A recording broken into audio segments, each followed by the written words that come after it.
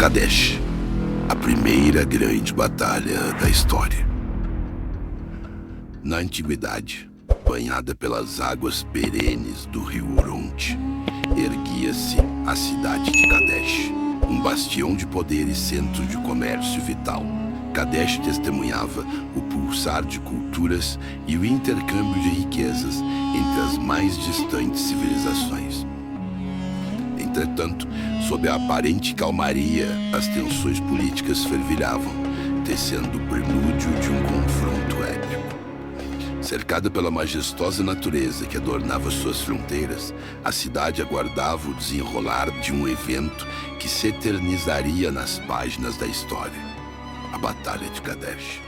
Naquela época, os impérios hitita e egípcio, ambos ávidos por expandir suas influências, voltaram-se para Kadesh como palco onde suas ambições colidiram.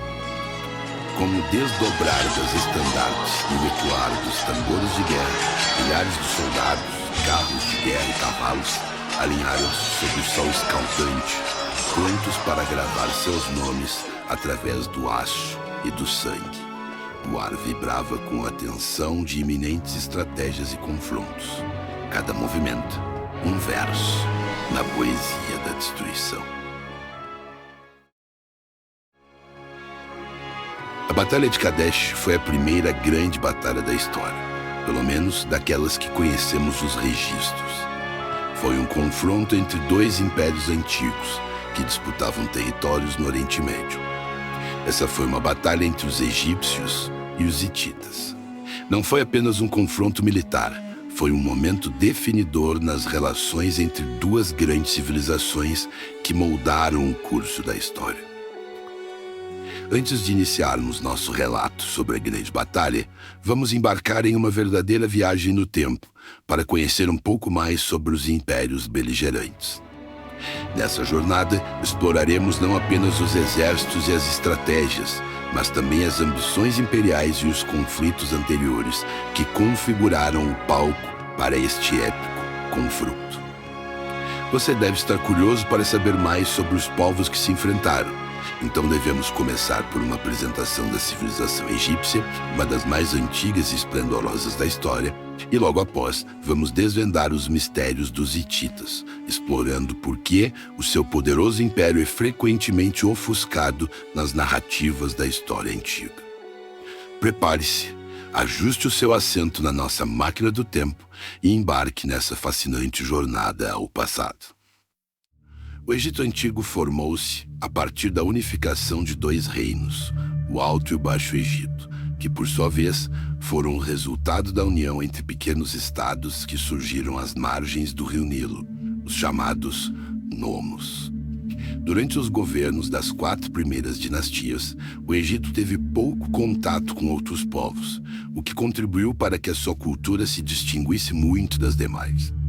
Esse isolamento foi resultado de uma geografia complexa, sendo o Egito um país que tinha o Mar Mediterrâneo ao norte, o Mar Vermelho ao leste, numa época em que não existiam povos navegadores nessas regiões, as montanhas da Núbia ao sul e o deserto da Líbia a oeste. Essas eram as fronteiras do Egito, quase intransponíveis. Esse isolamento proporcionou o surgimento de uma religião idiosincrática. Povo extremamente dedicado à sua religião, acreditavam que o faraó era um deus vivo e que as amarguras e sofrimentos da vida terrena seriam compensados pela exuberância da vida espiritual. No entanto, para que essa vida fosse possível, os egípcios precisavam viver de acordo com os ensinamentos dos deuses, para que tivessem um coração leve e passassem pelo julgamento de Osíris com louvor. Osíris, cultuado pelos egípcios como filho de Ra, enviado para ser o primeiro faraó, mas traído e assassinado por seu irmão Sete, foi reinar no mundo dos mortos, presidindo o julgamento que poderia garantir o acesso das almas a este mundo ou não. Somente as pessoas de alma pura poderiam viver no mundo dos mortos. Aquelas que tivessem o coração mais pesado que a pena seriam devorados por Amit, a devoradora das almas. Mas Para que a alma pudesse existir no outro mundo, o corpo deveria ser preservado no mundo dos vivos, por meio da mumificação. Essa prática não era exclusiva de grupos sociais específicos, por exemplo, da elite. Mesmo que existissem diversos modos de mumificar o corpo, todos no Egito deviam ser mumificados, inclusive os escravos. A arte e o cotidiano também eram influenciados pela religião. As inscrições nas paredes das pirâmides e as pinturas em papiros seguiam uma padronização artística determinada pela fé. Uma das marcas mais distintas dessa devoção religiosa dos egípcios é a construção das famosas pirâmides, que não eram apenas túmulos grandiosos, mas verdadeiros símbolos de ascensão celestial. Esses monumentos extraordinários, com suas formas inclinadas que imitavam os raios do sol, serviam como uma escada simbólica para o céu, facilitando a jornada do faraó ao mundo dos deuses. O design da pirâmide, inspirado na pedra sagrada Bem-Bem, simboliza a lenda da criação e reafirma o papel do faraó como um elemento central na manutenção da ordem do universo. Construídas principalmente por trabalhadores especializados que recebiam pagamento, essas estruturas majestosas refletem a complexidade da religião egípcia e a crença na divindade do faraó, que, uma vez falecido, usaria essas escadas dos deuses para se unir a Ra no céu. Além dos trabalhadores especializados, o povo mais pobre, os denominados felás, também trabalhavam nessas construções, pois entendiam que estavam servindo a um Deus vivo, o faraó. As pirâmides mais antigas, principalmente as da planície de Gizé, quase não contaram com trabalho escravo, pois os escravos, eram pouquíssimo numerosos, em um povo que quase não tinha contato com os estrangeiros. Deve-se destacar que esta é uma visão baseada nas pesquisas mais modernas, que reconhecem a mão de obra paga e a maior parte do trabalho sendo baseado na servidão coletiva e não na escravidão. O antigo Império Egípcio chegou ao fim por volta de 2300 a.C., com a morte de Pepe II, o último faraó da quarta dinastia. Pepe II teve um reinado excepcionalmente longo, vivendo até os 106 anos, e acredita-se que ele tenha sobrevivido a muitos de seus herdeiros. Isso levou a problemas sucessórios que fragmentaram o império. Vários monarcas, que eram administradores regionais, reivindicaram o poder. O Egito foi reunificado somente em 2000 a.C., 300 anos depois, por Mentuhotep II, marcando o início do Médio Império. Neste período, o Médio Império, os egípcios sofreram com a invasão e dominação dos Hyksos. Os Hyksos dispunham de tecnologias militares superiores, tais como a fabricação de armas de ferro, construção de carros de guerra puxados por cavalos, demonstrando inclusive o domínio sobre a construção da roda e sobre a montaria do cavalo. Essas eram tecnologias que os egípcios não dominavam no meio militar. Com o passar do tempo, os egípcios assimilaram essas tecnologias, o que acabou levando a um momento novo de sua história. Foi nesse período de dominação dos Hyksos que os hebreus chegaram ao Egito, desenvolvendo ótimas relações com os invasores. Foi apenas em 1580 a.C., sob a liderança de Amoses I, que os egípcios, após dominarem as tecnologias militares dos Hyksos, os expulsaram de seu país, dando início a um novo império. Desde o princípio deste período, os egípcios mantiveram os hebreus como escravos, sendo esta era, o novo império, um marco para o crescimento da escravidão no Egito. Aqui é importante fazer um alerta. Sobre a questão da escravidão dos hebreus no Egito, é importante notar que há pouca ou nenhuma evidência arqueológica direta que suporte a ideia de uma grande população de hebreus tenha vivido como escravo no Egito, ou que tenha participado de eventos como o Êxodo, por exemplo. As principais fontes dessas narrativas são textos religiosos e não registros egípcios contemporâneos. Alguns estudiosos propõem que os hebreus podem ter sido um dos muitos grupos semitas que residiram no Egito como trabalhadores ou mercenários. Outras teorias sugerem que pequenos grupos de semitas podem ter sido empregados em certas capacidades, mas em uma escala muito menor do que a descrita nas tradições religiosas. Devido à falta de evidências conclusivas de um lado ou de outro, este documentário apresenta uma visão baseada na interpretação tradicional, enquanto reconhece as contínuas discussões acadêmicas. Após expulsar os Hicsos e subjugar os hebreus, o Egito do Novo Império adotou uma postura mais militarista e expansionista, sob lideranças como a de Tutmés III, que estendeu as fronteiras do Egito até colidirem com a do Império Hitita.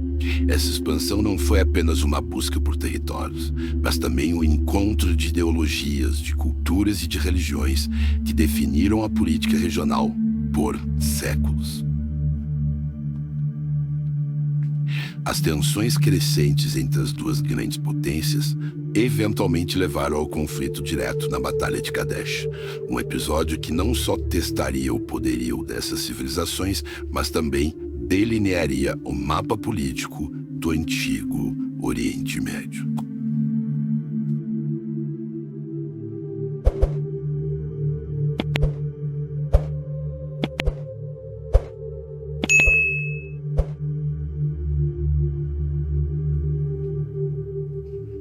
Os hititas. No vasto tapeçário da história antiga, os hititas surgem como uma poderosa civilização na Ásia Menor, por volta do século XVII a.C. Firmaram-se na região que batizaram de Hat e construíram sua importante capital, Hattusa, cujas ruínas repousam perto da moderna Boğazkale, na Turquia. Com uma escrita que evoluiu desde formas primitivas até adotar o complexo cuneiforme mesopotâmico, os hititas transformaram-se em mestres da diplomacia e da guerra. Dentre seus reis, Mursili I destaca-se por um feito audacioso, o saque à grandiosa Babilônia. Dentro das muralhas de Hattusa, a capital hitita, um sistema legal e social equilibrado prevalecia. O Código Legal Hitita, conhecido por sua abordagem menos punitiva comparado ao Código de Hammurabi, favorecia penas reparatórias em vez de retaliações severas, refletindo uma sociedade que valoriza a justiça equitativa. À medida que avançamos para 1372 a.C., encontramos Suppiluliuma, um líder cuja astúcia e visão expandiram vastamente os domínios hititas, estendendo seu poder até as ricas cidades-estado da atual Síria e além. Foi uma era de conquistas e complexas alianças. A superioridade militar dos hititas não era apenas resultado de estratégias avançadas, mas também de inovações tecnológicas. Pioneiros na utilização do ferro transformaram esse metal em armas e ferramentas mais duráveis e eficazes do que as de bronze, conferindo-lhes uma vantagem decisiva nos campos de batalha da Idade do Bronze. Um episódio notável na intrincada teia das relações internacionais dessa época foi a proposta matrimonial de Ankh-Senamon, viúva do faraó Tutankhamon. Desesperada por um aliado para manter o trono do Egito, ela apelou a Suppiluliuma I para que enviasse um de seus filhos como esposo para ela. No entanto, a trama acabou em tragédia, quando o príncipe hitita foi assassinado em sua jornada para o Egito, um ato que sombreou as relações entre os dois impérios por anos. Mas foi o Tratado de Paz celebrado em 1258 a.C., após a célebre Batalha de Kadesh, que selou um dos primeiros acordos diplomáticos registrados da história.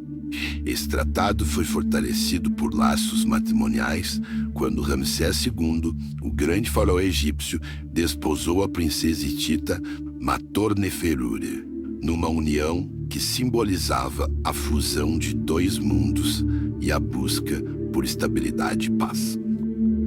A influência mútua entre hititas e egípcios estendeu-se além dos campos de batalha e salas de tratados. A troca cultural entre esses dois povos refletiu na adoção e adaptação de divindades e práticas religiosas, enriquecendo o tecido espiritual de ambas as civilizações.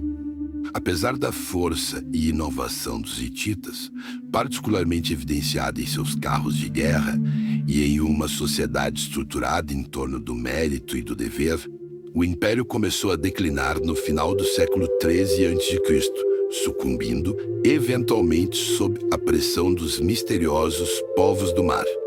Essa queda marca não apenas o fim de um império, mas também o fechamento de um capítulo vibrante na história do Antigo Oriente Médio.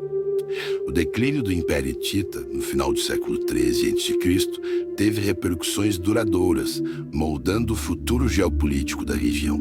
A desintegração de seu poder não apenas deu espaço para o surgimento de novas potências, como os arameus e os neo-assírios, mas também marcou o fim de uma era na história do Antigo Oriente Médio. Os hititas também nos deixaram um legado literário rico, preservando mitos e histórias que oferecem uma janela para a cosmovisão mesopotâmica antiga. Os hititas adoravam um panteão diversificado de deuses, muitos dos quais compartilhavam características com as divindades de outras culturas mesopotâmicas. Entre os mais venerados estava Teshub, o poderoso deus da tempestade, que simbolizava a força e a proteção essencial para a segurança e a prosperidade do império. Junto a Teshub, Rebat, a deusa-mãe e consortes de Teshub, ocupavam um lugar central na adoração hitita. Representada frequentemente ao lado de seu esposo nas cerimônias religiosas, Rebat era a figura de fertilidade e de maternidade, uma protetora venerada por todo o reino. Os mitos hititas também são ricos em narrativas épicas, como o mito de Iluyanka, uma história de conflito e redenção que descreve as batalhas entre o deus Teshub e o terrível dragão Iluyanka. As camadas dessa lenda refletem temas de traição, sacrifício e renovação, essenciais para a compreensão do mundo espiritual hitita. Outra narrativa significativa é do mito do desaparecimento de Telepinu, que conta a história do deus da agricultura que desaparece, causando desolação e esterilidade. A busca para trazer Telepinu de volta não apenas ilustra a dependência dos hititas em relação às forças da natureza, mas também destaca a intervenção divina como parte integral de sua vida cotidiana.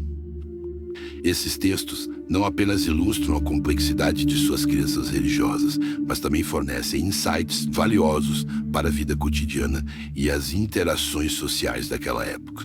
Conexões tangíveis com a era dos hititas ainda ecoam através de suas ruínas e artefatos.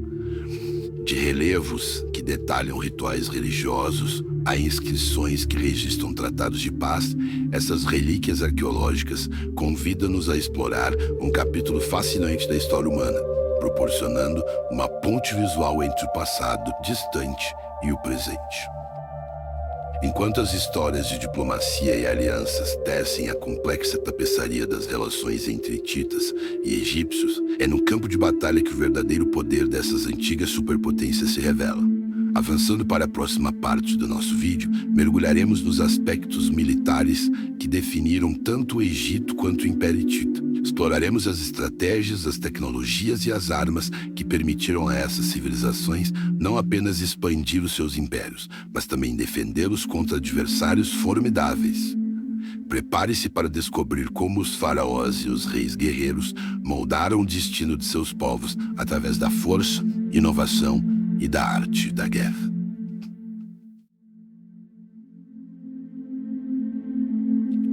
Os poderios militares em comparação.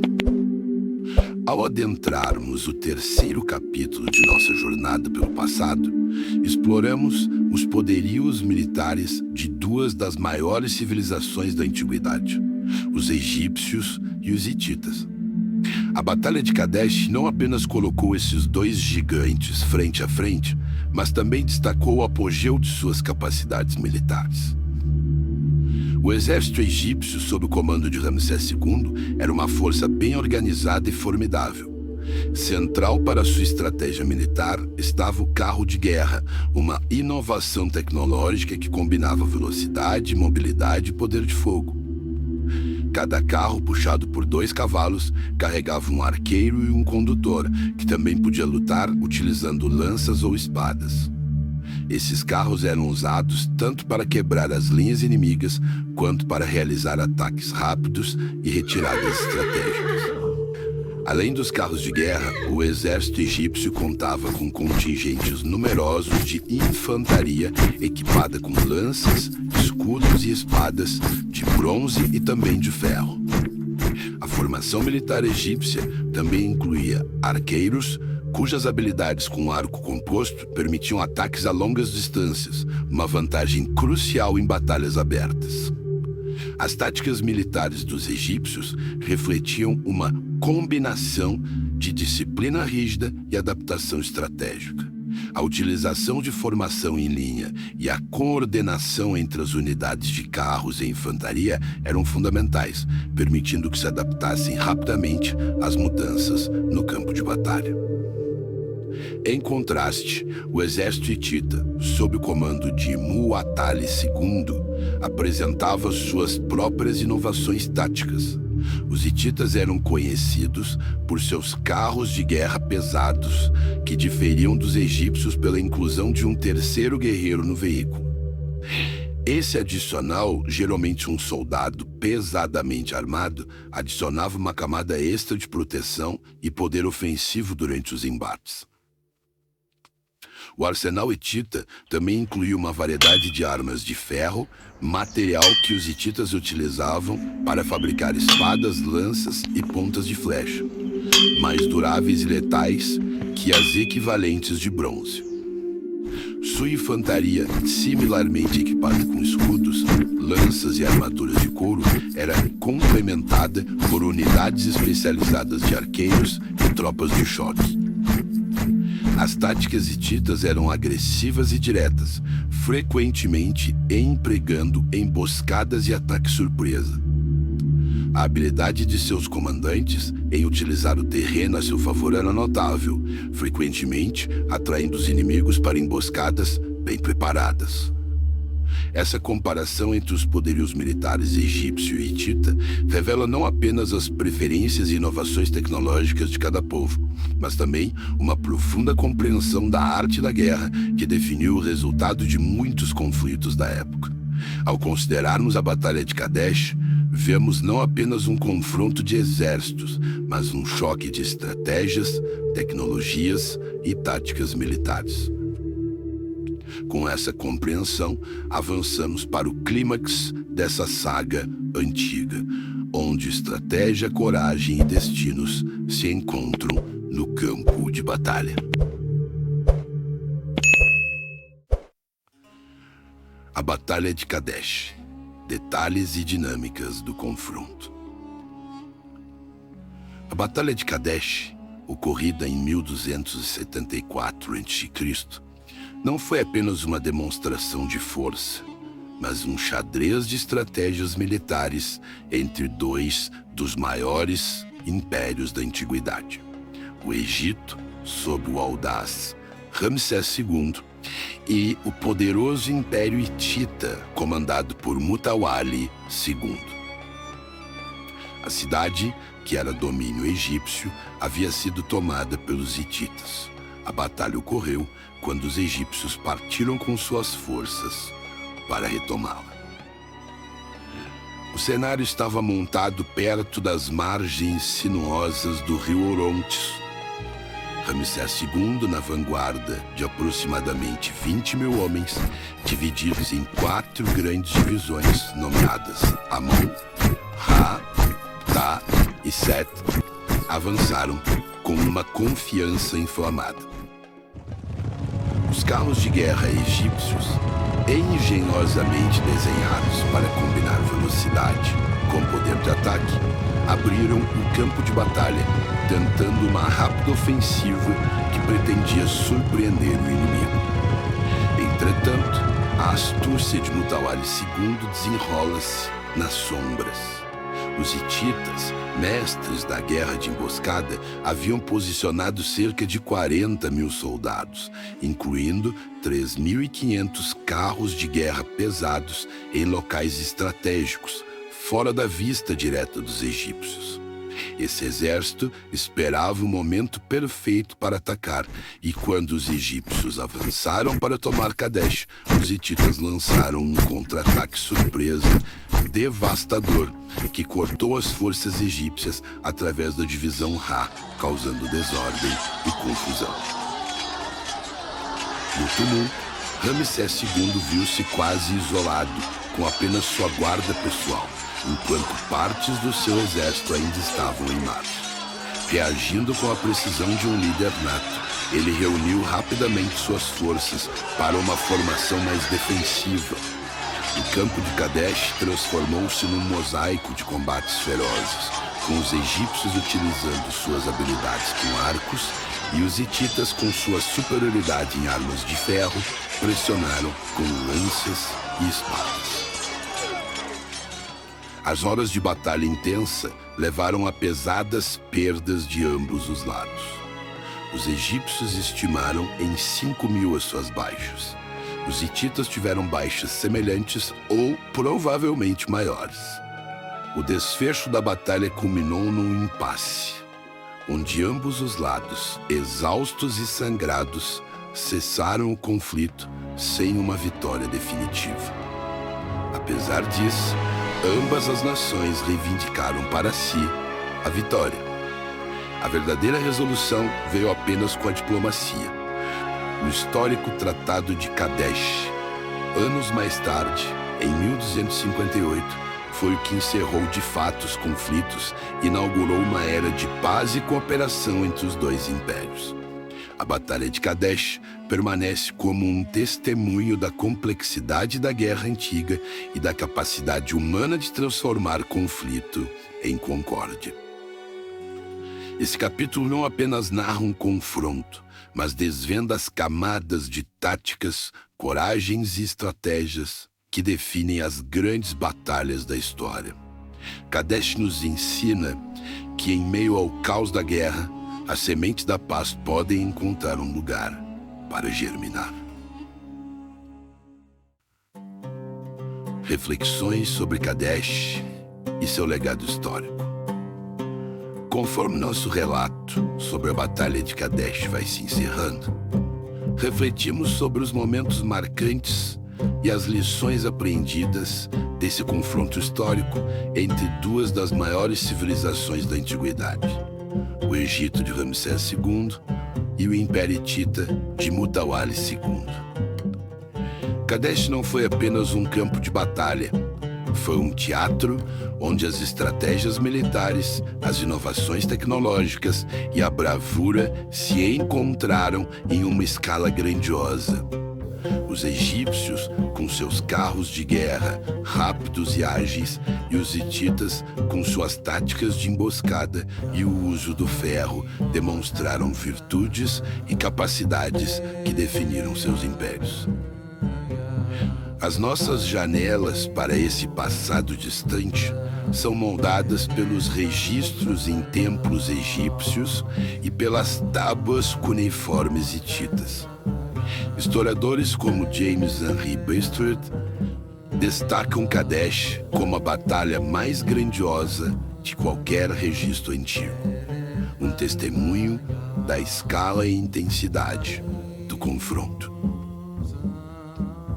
É importante fazer um breve referencial a alguns dos mais destacados pesquisadores do tema. Priested, junto a outros estudiosos como Mark van der Meerup, oferecem insights sobre como Kadesh moldou as dinâmicas políticas e militares da época. Van der Meerup observa que a batalha e o subsequente tratado de paz entre Ramsés II e os hititas representaram uma virada diplomática que influenciou as gerações futuras.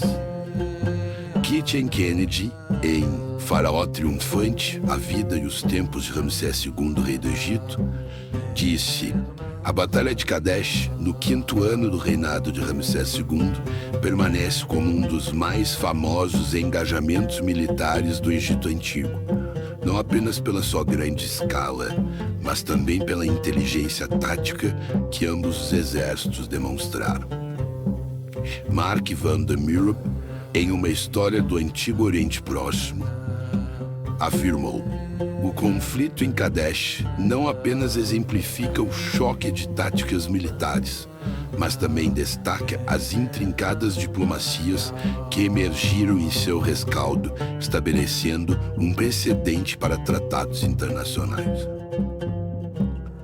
Trevor Bryce, em O Reino dos Hititas, afirmou: a abordagem dos hititas para a Batalha de Kadesh foi tanto uma demonstração de perspicácia e estratégia quanto de poderio militar, visando contrabalancear a formidável reputação dos carros de guerra egípcios.